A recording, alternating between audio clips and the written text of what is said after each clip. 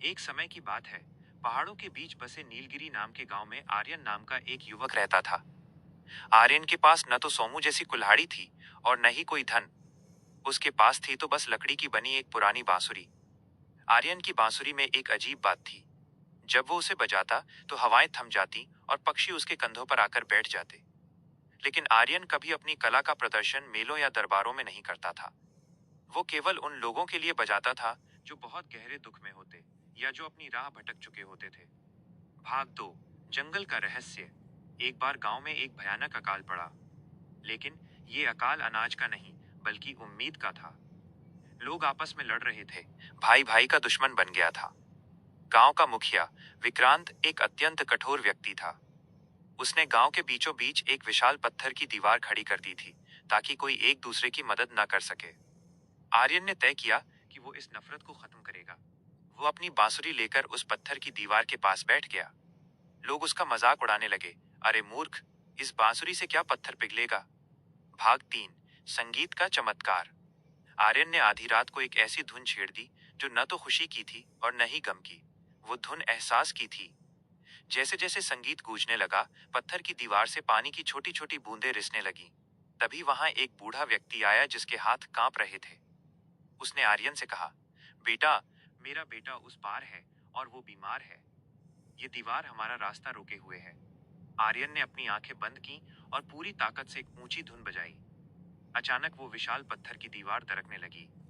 लेकिन वो टूटी नहीं, बल्कि कांच की तरह पारदर्शी हो गई। भाग 4, हटके मोड़, द ट्विस्ट। जब लोग उस पारदर्शी दीवार के आर पार देख पाए तो उन्हें एहसास हुआ कि दूसरी तरफ रहने वाले लोग भी उन्हीं की तरह डरे हुए और भूखे थे। मुखिया विक्रांत अपनी तलवार लेकर आया और आर्यन को रोकने की कोशिश की। लेकिन जैसे ही उसने दीवार को छूना चाहा, वो खुद एक पत्थर की मूर्ति में बदल गया। आर्यन ने संगीत रोका और कहा, यह दीवार पत्थरों की नहीं, हमारे अहंकार की थी। जब तक हम एक दूसरे का दुख नहीं देखेंगे, हम पत्थर ही रहेंगे। भाग 5, नया सवेरा। आर्यन ने वो जादुई बांसुरी गांव के मंदिर में नहीं रखी, बल्कि उसे तोड़कर उसके छोटे छोटे टुकड़े हर घर में बांट दिए। उसने कहा, संगीत किसी एक के पास नहीं होना चाहिए। जब आप दूसरों के लिए प्रार्थना करेंगे तो आपके घर से खुद ब खुद धुन निकलेगी। धीरे धीरे गांव का अकाल खत्म हो गया। मुखिया विक्रांत, जो पत्थर बन गया था, तब वापस इंसान बना जब गांव के सबसे छोटे बच्चे ने उसके पैरों पर पानी डाला और उसके लिए दुआ की। कहानी की सीख। सच्ची शक्ति किसी जादुई वस्तु में नहीं, बल्कि हमारे उस साहस में है जिससे हम दूसरों के बीच खड़ी नफरत की दीवारों को गिरा सकें। ईमानदारी और कला का संगम ही समाज में असली बदलाव लाता है। नोट: ये कहानी मौलिक है और आप इसे अपनी किसी भी वीडियो, लेख या किताब के लिए बिना किसी कॉपीराइट की चिंता के इस्तेमाल कर सकते हैं। क्या आप चाहते हैं कि मैं इस कहानी को और विस्तार दूं या किसी खास हिस्से को बदलूं? यह कहानी का दूसरा भाग है, जहां आर्यन की दी हुई उन लकड़ियों के टुकड़ों से एक नई चुनौती और एक अद्भुत चमत्कार जन्म लेता है। भाग 6, बांसुरी के टुकड़ों का रहस्य। आर्यन के जाने के बाद गांव वालों ने उन छोटे छोटे लकड़ी के टुकड़ों को अपने गले में ताबीज की तरह पहन लिया। शुरू में सब कुछ शांत रहा, लेकिन जैसे जैसे समय बीता लोगों को एक अनोखी बात का एहसास हुआ। जब भी गांव में कोई झूठ बोलता या किसी के मन में लालच आता, तो उसके पास मौजूद वो लकड़ी का टुकड़ा भारी होने लगता। एक बार एक व्यापारी गांव में आया। वो बाहर से बहुत मीठा बोलता था, लेकिन उसके मन में गांव की उपजाऊ जमीन को हड़पने की योजना थी। जैसे ही उसने गांव की सीमा में कदम रखा, उसके गले में लटका आर्यन की बांसुरी का वो छोटा सा टुकड़ा इतना भारी हो गया कि वो व्यापारी घुटनों के बल गिर पड़ा। उसे ऐसा लगा जैसे उसने गले में कोई पहाड़ लटका लिया हो। भाग 7, एक नया संकट। अहंकार से मुक्त होने के बाद गांव का पूर्व मुखिया विक्रांत अब एक विनम्र सेवक बन चुका था। एक शाम वो आर्यन की कुटिया की सफाई कर रहा था। तभी उसने देखा कि आर्यन ने अपनी पुरानी फटी हुई चादर के नीचे एक अधूरी डायरी छोड़ी थी। डायरी के आखिरी पन्ने पर लिखा था, संगीत केवल सुनाई देने वाली चीज नहीं है, यह एक कवच है। लेकिन याद रखना, जब तक नीलगिरी गांव की हवा में सादगी रहेगी, ये कवच सुरक्षित रहेगा। जिस दिन तुम खुद को दूसरों से बड़ा समझने लगोगे, संगीत शोर में बदल जाएगा। तभी अचानक आसमान काला पड़ गया। यह कोई साधारण तूफान नहीं था। पड़ोस के साम्राज्य का एक क्रूर सेनापति, जिसे ध्वनि हंता, द साइलेंट सीकर कहा जाता था, नीलगिरी गांव की ओर बढ़ रहा था। उसे खबर मिली थी कि इस गांव के पास एक ऐसी शक्ति है जो लोहे को भी मोम बना सकती है। भाग 8, युद्ध बिना हथियारों के। सेनापति अपनी विशाल सेना और नगाड़ों के साथ गांव पहुंचा। वह चाहता था कि गांव वाले डरें, चिल्लाएं और रहम की भीख मांगे। उसने आदेश दिया, इनकी झोपड़ियां जला दो और वो जादुई लकड़ियां छीन लो। लेकिन नीलगिरी के लोगों ने न तो तलवार उठाई और न ही वे भागे। विक्रांत के नेतृत्व में सभी गांव वाले एक कतार में खड़े हो गए। उन्होंने अपने अपने लकड़ी के टुकड़ों को अपने होठों से लगाया। वे कोई पेशेवर कलाकार नहीं थे, लेकिन उनके मन में एक दूसरे के लिए प्रेम था। जैसे ही सेनापति के सैनिकों ने हमला करने के लिए तलवारें म्यान से निकाली, गांव वालों के उन छोटे छोटे टुकड़ों से एक साथ एक ही धुन निकली। वो धुन इतनी शक्तिशाली थी कि सैनिकों के हाथ सुन्न पड़ गए। उनकी तलवारें उनके हाथों से फिसलकर जमीन पर गिर गईं, और ताज्जुब की बात यह थी कि वे तलवारें गिरते ही फूलों की पंखुड़ियों में बदल गईं। भाग 9। सेनापति का हृदय परिवर्तन। सेनापति ये देखकर आग बबूला हो गया। उसने खुद अपनी भारी गदा उठाई और विक्रांत पर हमला किया। लेकिन जैसे ही वो गदा विक्रांत के सिर के पास पहुंची, वो हवा में ही थम गई। सेनापति ने देखा कि विक्रांत की आंखों में डर नहीं, बल्कि उसके लिए करुणा थी। विक्रांत ने शांति से कहा, सेनापति, तुम हमें मार सकते हो, लेकिन उस संगीत को नहीं जो हमारे दिलों में है। आर्यन ने हमें सिखाया है कि जो झुकता है वही बचता है। सेनापति ने पहली बार हार नहीं, बल्कि शांति महसूस की। उसने अपनी गदा फेंक दी और वहीं मिट्टी पर बैठकर रोने लगा। उसने स्वीकार किया कि वो बरसों से जीत की तलाश में भटक रहा था, लेकिन सुकून उसे आज इस छोटे से गांव में मिला। भाग 10। आर्यन की वापसी, अंतिम मोड़। कहानी का सबसे बड़ा मोड़ तब आया जब उस शाम ढलते सूरज की रोशनी में पहाड़ की चोटी पर एक साया दिखा। वो आर्यन था। वो मरा नहीं था, बल्कि वो ये देखने के लिए ओझल हुआ था कि क्या उसके गांव वाले बिना उसके भी उस संगीत को जिंदा रख सकते हैं। आर्यन नीचे आया और उसने देखा कि अब हर घर के बाहर एक छोटी सी बांसुरी टंगी थी। उसने मुस्कुराते हुए कहा, अब मेरी जरूरत खत्म हुई। जहां प्रेम की भाषा बोली जाती है, वहां ईश्वर खुद संगीत बनकर निवास करते हैं। आर्यन ने अपनी चादर उठाई और चुपचाप अंधेरे में विलीन हो गया। लोग कहते हैं कि आज भी अगर आप नीलगिरी के पहाड़ों में जाएं और अपना कान जमीन से लगाएं, तो आपको वही जादुई धुन सुनाई देगी, जो याद दिलाती है कि सादगी ही सबसे बड़ा चमत्कार है। इस कहानी का सार।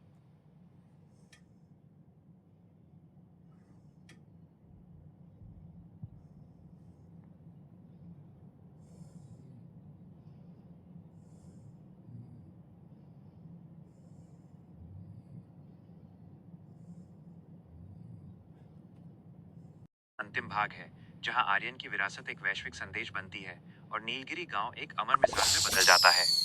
भाग 11। गूंज का विस्तार।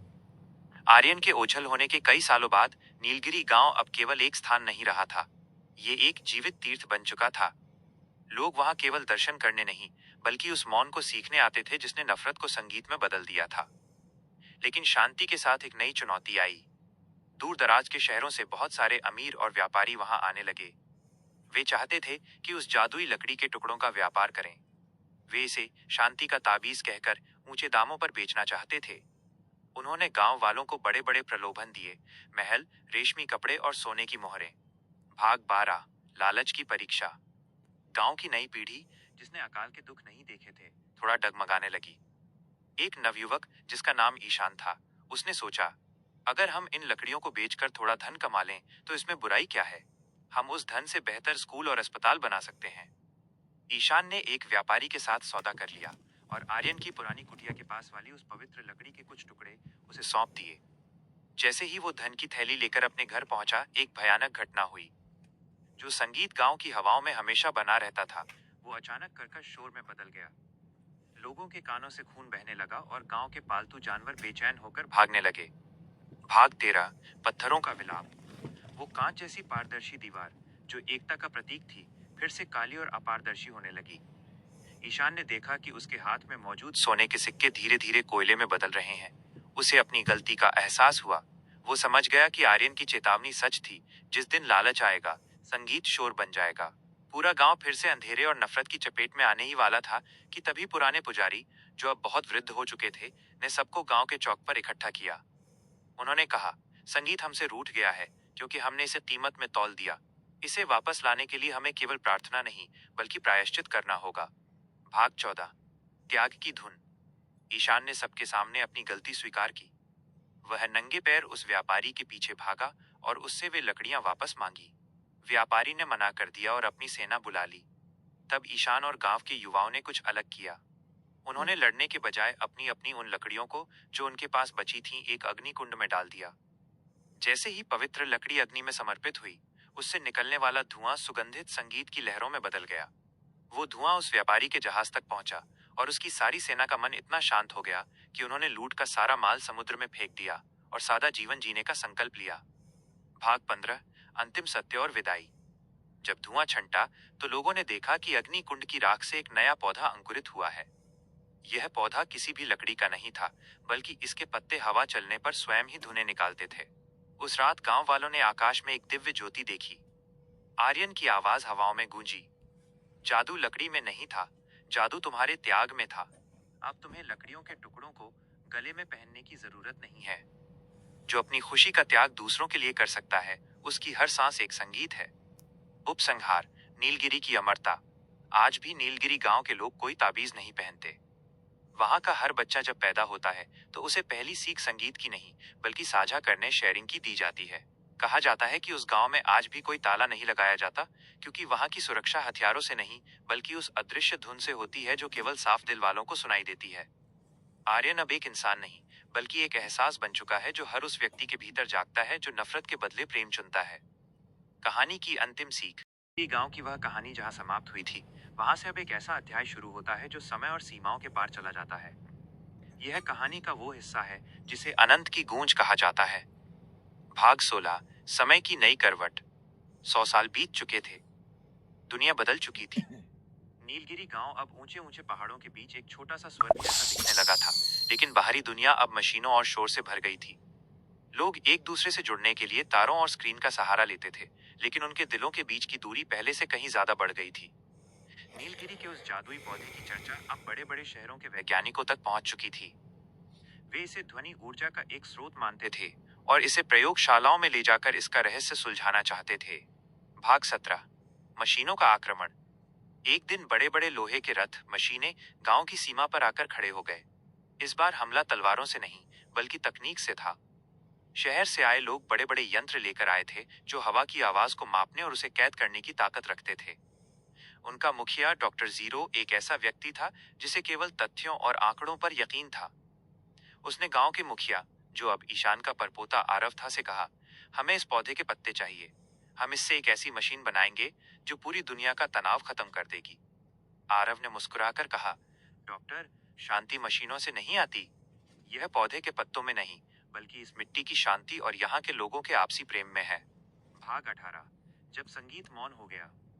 डॉक्टर जीरो ने हार नहीं मानी। उसने रात के अंधेरे में अपनी मशीनों से उस जादुई पौधे की आवाज को रिकॉर्ड करना शुरू किया। जैसे ही मशीनों ने उस धुन को कैद किया, एक विचित्र घटना हुई। पूरे गांव का संगीत अचानक बंद हो गया। हवाएं भारी हो गईं और वो पौधा जो हमेशा झूमता रहता था, एकदम पत्थर जैसा सख्त हो गया। शहर की मशीनों में जो संगीत कैद हुआ था, वो वहां पहुंचते ही एक भयानक चीख में बदल गया। जो भी उस रिकॉर्डिंग को सुनता, उसका सिर दर्द से फटने लगता। डॉक्टर जीरो हैरान था। उसने सोचा था कि वो शांति को कैद कर लेगा, लेकिन उसने केवल अहंकार का शोर कैद किया था। भाग 19, आखिरी परीक्षा, द फाइनल टेस्ट। गांव में सन्नाटा पसर गया था। पक्षियों ने गाना छोड़ दिया था। आरव को समझ आ गया कि अब अंतिम बलिदान का समय है। उसने गांव के हर बच्चे, बूढ़े और जवान को उसी पत्थर बन चुके पौधे के पास बुलाया। आरव ने कहा, आर्यन ने कहा था कि जिस दिन हम अपनी शांति के लिए दूसरों पर निर्भर होंगे, हमारा संगीत मर जाएगा। आज शहर वाले हमारी शांति चुराने आए हैं, तो चलिए हम उन्हें वो दे दें जो वे कभी नहीं चुरा सकते। सभी गांव वालों ने अपने कान बंद कर लिए और अपने भीतर की धड़कन पर ध्यान लगाया। उन्होंने बाहर के शोर को सुनना बंद कर दिया और मौन का ध्यान करने लगे। भाग 20, शून्य से सृजन, द फाइनल ट्विस्ट। जैसे ही पूरा गांव पूरी तरह मौन हुआ, डॉक्टर जीरो की मशीनें अचानक खुद ब खुद फटने लगी। कैद किया गया शोर खत्म हो गया और फिर उस पत्थर बन चुके पौधे के बीच से एक सफेद रोशनी निकली। वो रोशनी किसी इंसान की शक्ल में नहीं थी, बल्कि वो शुद्ध प्रकाश थी। उस प्रकाश ने डॉक्टर जीरो को छुआ और उसके मन में बरसों से जमा कड़वाहट पानी बनकर उसकी आंखों से बह निकली। उसे एहसास हुआ कि उसने विज्ञान के नाम पर अपनी आत्मा को खो दिया था। भाग 21, बिस्तर में सिमटी दुनिया, द इन्फिनिट एंड। अंत में वो पौधा गायब हो गया। उसकी जगह वहां की मिट्टी से वैसी ही खुशबू आने लगी जैसी आर्यन की बांसुरी से आती थी। आरव ने डॉक्टर जीरो को एक छोटा सा मिट्टी का ढेला दिया और कहा, इसे ले जाओ। जहां भी कोई इंसान निस्वार्थ भाव से किसी की मदद करेगा, ये मिट्टी वहां संगीत पैदा करेगी। अब नीलगिरी को किसी पौधे या किसी रक्षक की जरूरत नहीं है। अब पूरी दुनिया ही नीलगिरी बन सकती है। मशीनें वापस चली गईं। डॉक्टर जीरो ने अपना लैब छोड़ दिया और वो दुनिया भर में घूम घूम कर लोगों को चुप रहकर सुनना सिखाने लगा। नीलगिरी गांव अब नक्शों से गायब हो गया है। कहते हैं कि वो अब केवल उन्हीं को मिलता है जो अपनी राह पूरी तरह भटक चुके होते हैं और जिनके पास खोने के लिए कुछ नहीं बचता। वहां आज भी कोई दीवार नहीं है, कोई राजा नहीं है और कोई जादुई वस्तु नहीं है। वहां बस एक शाश्वत नींद, डीप पीस है, जैसे कोई अपनी माँ की गोद में सुकून से सोया हो। कहानी का अंतिम संदेश: परम शांति किसी वस्तु या स्थान में नहीं, बल्कि स्वयं के भीतर के मौन में है। जब हम बाहर की दुनिया का शोर, लालच, तकनीक, शांति अब एक नए युग की दहलीज पर थी। यह कहानी का वो अंतिम विस्तार है जिसे शून्य का संगीत कहा जाता है, जहां कहानी भौतिक दुनिया को छोड़कर रूहानी ऊंचाइयों को छूती है। भाग 22। सन्नाटे की गूंज। डॉक्टर जीरो के जाने और पौधे के अंतर्ध्यान होने के बाद नीलगिरी गांव अब सामान्य आंखों के लिए अदृश्य हो गया। ये कोई जादू नहीं था, बल्कि एक उच्च कंपन, वाइब्रेशन था। जो लोग लालच या स्वार्थ लेकर पहाड़ों में आते, उन्हें वहां केवल घने जंगल और पुरानी चट्टानें दिखती। लेकिन जिनका मन साफ होता, उन्हें अचानक हवा में एक मीठी बांसुरी की धुन सुनाई देती और रास्ता खुद ब खुद खुल जाता।